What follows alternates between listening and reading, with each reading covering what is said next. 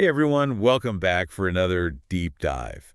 It's been a crazy week in the news, and we're going to dig into something that's been everywhere, healthcare politics, and some pretty intense public reactions. Definitely a lot to unpack there. Yeah, there is. We're talking about the recent killing of United Healthcare CEO Brian Thompson. Right. And I think what's so fascinating about this whole situation is what it reveals about where we are as a country.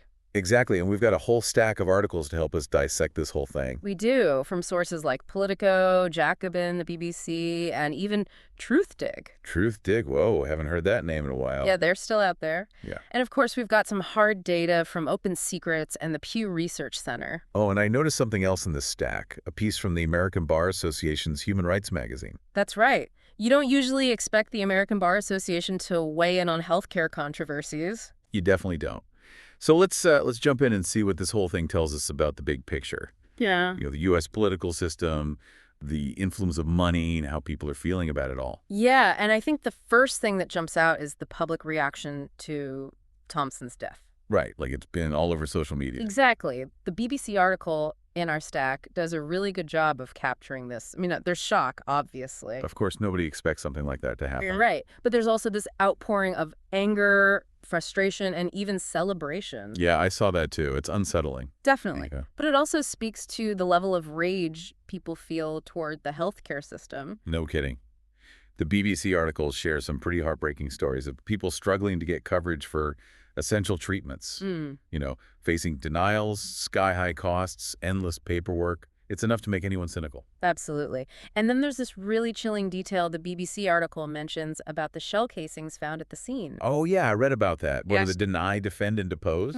That's right. Almost like a message aimed directly at the insurance industry. Yeah, it's a stark reminder that this isn't just about abstract policies. No, it's about real people's lives. Exactly. And the very real consequences of a system that often feels rigged against them. And it's important to note that the BBC article points out that this isn't just happening in healthcare. Right. I've seen that too. Yeah. Like there's a rising tide of anger towards corporations across the board. Exactly. And security experts are warning that corporate leaders are increasingly facing threats as a result. It's scary. So it's like this case is a microcosm of a much larger issue. Precisely. And it raises some uncomfortable questions. Yeah, like are we headed down a dangerous path here? Well, that's certainly a question worth considering.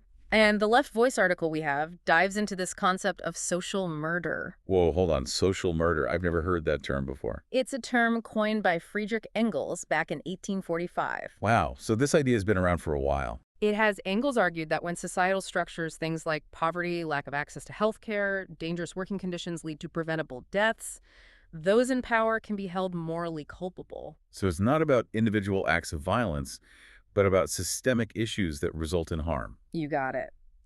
And the Left Voice article is basically arguing that while the shooter is obviously a murderer, Thompson himself was guilty of social murder on a grander scale by denying health care to countless people for the sake of profit. Wow, that's a pretty bold statement.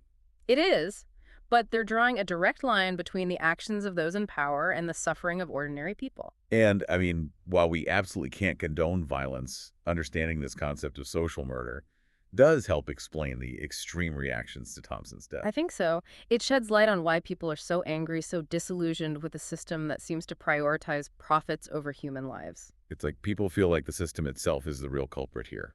And that brings us to another crucial aspect of this story, the money trail in politics.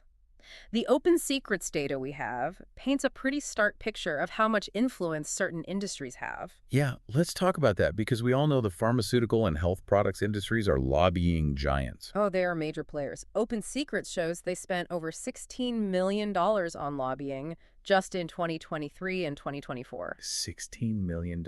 That's insane. It's a staggering amount. And it's not just about the sheer volume of money. It's about who's doing the lobbying. Yeah, who are these people? Well, Open Secrets also reveals that 82 to 90% of United Health Group's lobbyists in those years previously held government jobs. Talk about a revolving door. It's almost like the line between government and these powerful industries is completely blurred. It certainly raises concerns about conflicts of interest. For sure. Like, who are these lobbyists really representing? Are they working for the public good or for the corporations who are paying their salaries? That's the million-dollar question. And the kicker is it's not just Republicans who are benefiting from this system. Right. I was just looking at that Open Secrets Data United Health Group. They donate to both sides of the aisle. They do. They tend to favor Republicans, but they've also given significant sums to Democrats. Including some pretty prominent figures. Yes, including Kamala Harris and even the Democratic National Committee. So it's not about ideology, it's about access and power. Exactly. These corporations are playing both sides of the field, hedging their bets and ensuring their interests are protected no matter who's in office. It's like they're saying, heads I win, tails you lose. And the public is always the one left holding the bag. It's a cynical view, but it's hard to argue with the evidence. And it's not just limited to healthcare. Right. The Politico article we have uses the example of AIPAC to illustrate how this dynamic plays out in other areas. AIPAC, the pro-Israel lobbying group. That's the one. And what's interesting about them is they're actually the biggest source of Republican money flowing into Democratic primaries. Wait, really? Republican money going to Democrats? That's kind of wild. Yeah. It is. They often back moderate Democrats against progressive candidates who are critical of Israel. So even in deep blue districts where a Republican wouldn't stand a chance in the general election, they're still trying to shape the political landscape by influencing who gets elected in the Democratic primary. Exactly. It's all about controlling the narrative. And it really makes you wonder who's actually calling the shots in this country. Well, that's the question, isn't it? And it leads us to another important part of this story, how the Democratic Party itself is responding to all of this. Okay, let's talk about that. Because the Jacobin and Truthdig articles we have really lay into the Democratic establishment. They do. They argue that they're more interested in protecting their own power than in actually fighting for the things their base cares about. Okay, so let's dig into that a bit more. All right, so the Jacobin article, they bring up the case of Jamie Harrison, who ran for Senate in South Carolina. Oh yeah, Jamie Harrison. Didn't he raise a ton of money? He did. He raised a record-breaking $57 million. Wow, that's a lot of cash. It is. But he still lost to Lindsey Graham, and by a significant margin. Yeah, I remember that. So what's their point? Well, Jacobin argues that this is because he ran a very centrist campaign, focusing on appealing to moderate voters rather than energizing the Democratic base. So they're saying he tried to play it safe, avoid rocking the boat, and it backfired. Exactly. They argue he was more focused on not scaring away those moderate voters and donors than actually inspiring people to get out and vote for him. Makes you wonder if maybe taking a bolder stance would have actually helped him in the long run. That's what they're suggesting. And they point to a broader trend within the Democratic Party, this prioritizing of electability over actually fighting for progressive policies. Which is kind of ironic because they keep losing anyway. Right. It's like they're so afraid of being labeled too radical that they end up standing for nothing. And then they wonder why people aren't motivated to vote for them. Exactly. It's a delicate balance, for sure. The Triftig article we have adds another layer to this critique. Mm-hmm. They argue that there's a real aversion within the Democratic establishment to any reporting that exposes the shortcomings of their favored candidates.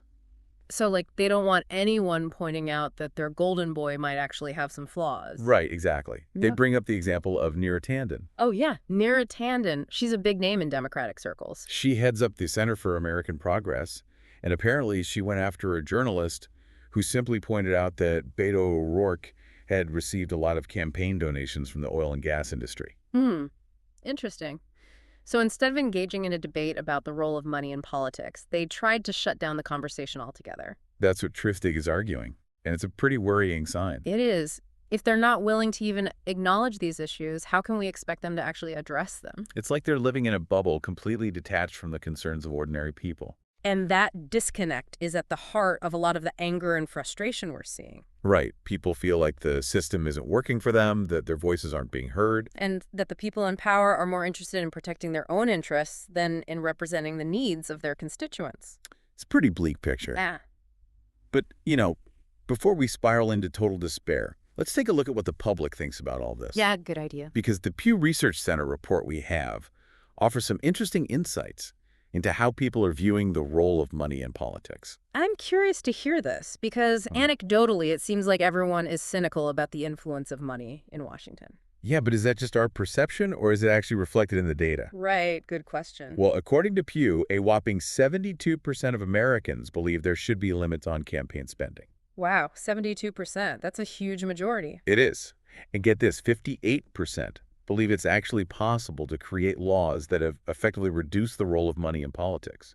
So it's not just a fringe group of activists who are concerned about this. It's a majority of the American public. Exactly. People are aware of the problem and they want solutions. But that doesn't mean it'll be easy. The American Bar Association article we have points out some of the challenges. Yeah, this one really surprised me. Apparently, even investors often struggle to get a clear picture of how companies are using their money for political purposes. It's true. There's a real lack of transparency. Right. It's like trying to solve a puzzle with half the pieces missing.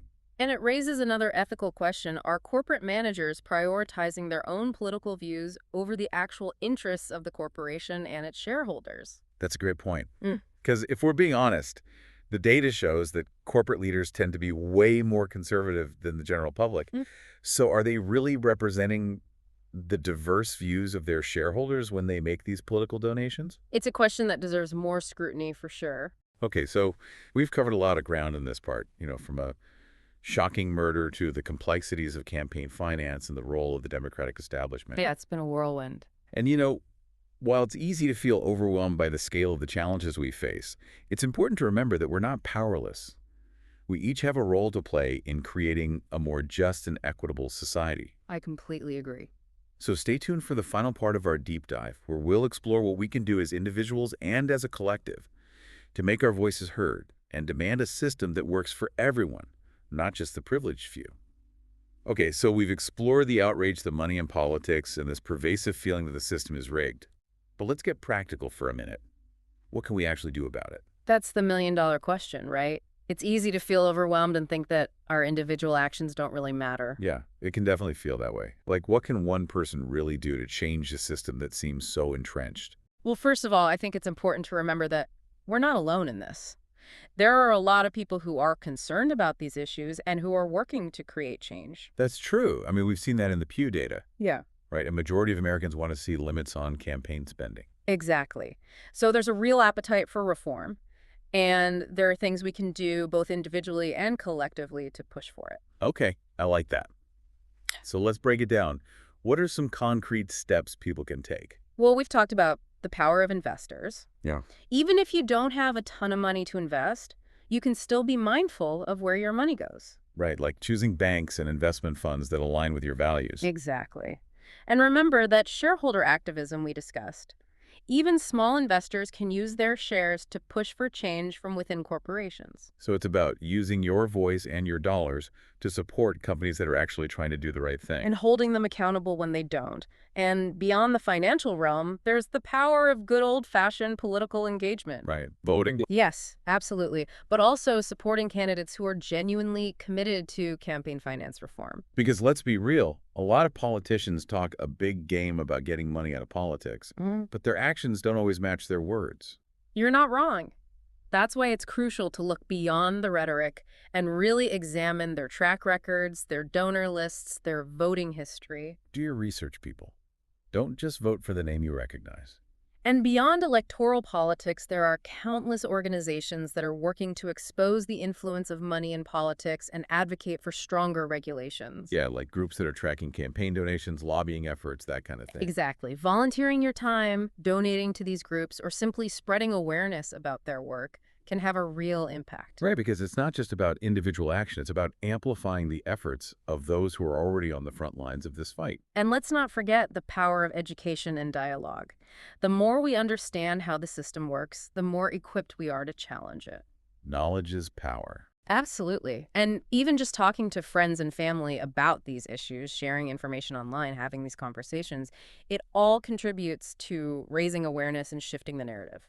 It's about planting seeds. Yeah. Right? You might not see the results immediately, but those conversations can spark something in people, make them think differently, and ultimately lead to change. It's about creating a culture of critical thinking where we question the status quo and demand better from our leaders. And remember what that Left Voice article emphasized. Solidarity is key. Absolutely. This isn't just a fight for one particular group or political party. It's about creating a system that works for everyone. We need to build bridges across different communities, find common ground, and recognize that we're stronger when we stand together. Because a system that prioritizes profits over people, a system that allows the wealthy and powerful to rig the game in their favor, that's a system that ultimately hurts us all. It erodes trust, it fuels cynicism, and it undermines the very foundations of our democracy. Well said. So as we wrap up this deep dive, I want to leave our listeners with a message of hope. Yeah. I think we could all use a little bit of that right now. It's easy to get discouraged when you look at the scale of the challenges we face. But we're not powerless. We have a voice, we have agency, and we have the power to create change. It starts with recognizing that we're not alone in this fight. There are countless others who share our concerns, who are working towards a more just and equitable future. And by joining forces, by amplifying our voices, and by refusing to accept the status quo, we can build a system that truly represents the needs and aspirations of all its citizens. Thanks for joining us on this deep dive. It's been a heavy but important conversation. It has. And remember, the conversation doesn't end here. Take what you've learned, share it with others, and let's continue working towards a better future together.